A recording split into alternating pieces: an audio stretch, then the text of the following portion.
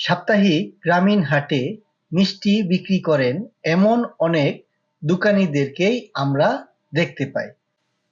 হাটের ওইসব দোকান থেকে ক্রেতা-বিক্রেতারা খাওয়া-দাওয়া করে থাকেন হরহামেশাই। বিশেষ করে টাঙ্গাইল জেলার বিভিন্ন গ্রামীণ হাটগুলোতে ময়দার রুটি আর বিভিন্ন মিষ্টান্নের দোকান দেখা যায়। এসব দোকান ব্যবসা করে অনেক দরিদ্র মানুষ তাদের জীবিকা নির্বাহ করে আসছেন। পরিবারের ভরণ-পোষণ সহ সমস্ত খরচের টাকা আসে তাদের ওই দোকান থেকে। আজকে এইসব দোকানীদের সঙ্গে কথা বলবো এবং জানবো তাদের বেচাকেনা সম্পর্কে। আজকে কেমন বিক্রি করতে পারছেন?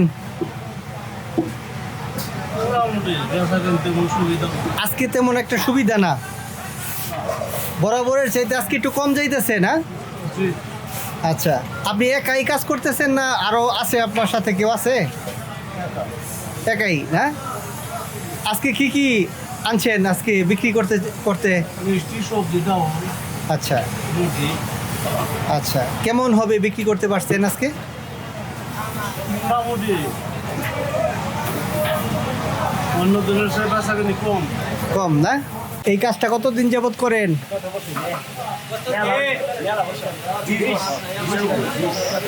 ব্যবসা করি অনেক দিন ধরে, বাজার হয় নেই, এই বাজার বহায় নাই, কারো বাজার বহায় নাই, তার আগে থেকে ব্যবসা করি।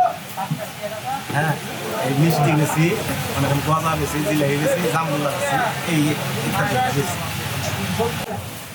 আমি তো আপনি নিজেই কিভাবে শিখলেন এগুলা তৈরি করা? এটা শিখছি, মনে করেন খাইকিয়া উস্তাদ ধরিয়া আসলে উস্তাদ ধরিয়া পরে শিখছি।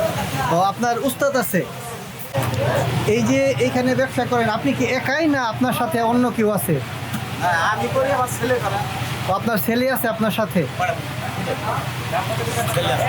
এই ব্যবসাটা আসলে কেমন রোজগার হয় এই ব্যবসায় আপনার? বুঝলাম ভাই, আমরা কোনো রকম খালি দিন রাত। আচ্ছা, আগে ভালো হইতো? আগে হলো আগে ভালো হইতো? ব্যবসা নাই। যখন ভালো হইতো তখন কেমন বেচা বিক্রি হইতো আপনার এখানে?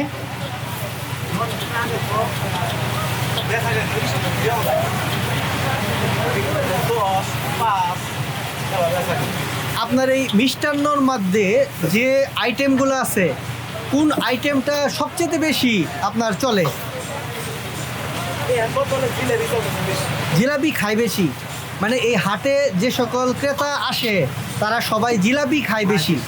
এখানে যে রুটি তৈরি করেন, রুটি খায় বেশি। রুটি, ডাল রুটি খাইতেছেন? এই যে এখানে রুটিগুলো আসলে খাইতে কেমন? ভালো ভালো না? এই হাটে আসলেই এইখানে রুটি খান? গাই, আবার ভাতও গাই। এখানে ভাতও আছে? ধানের ব্যবসা করি, ধান। ও, আপনি ধান কিনেন, এই হাটেই ব্যবসা করেন? হ্যাঁ হ্যাঁ হ্যাঁ। জিলাপিগুলা খাইতে কেমন? এই হাটে আসলেই খান? কোন গ্রাম থেকে আপনি আসছেন?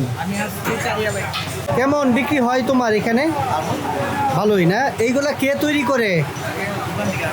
তুমি দোকান থেকে কিনে নিয়ে আসো, পরে তুমি এখানে বিক্রি করো? এইগুলা এই যে গজাই তো বলে নাকি, এইগুলা গজা কিভাবে বিক্রি করো? 160 টাকা কেজি। আর জিলাপি কিভাবে বিক্রি করতেছো? সেম দামি।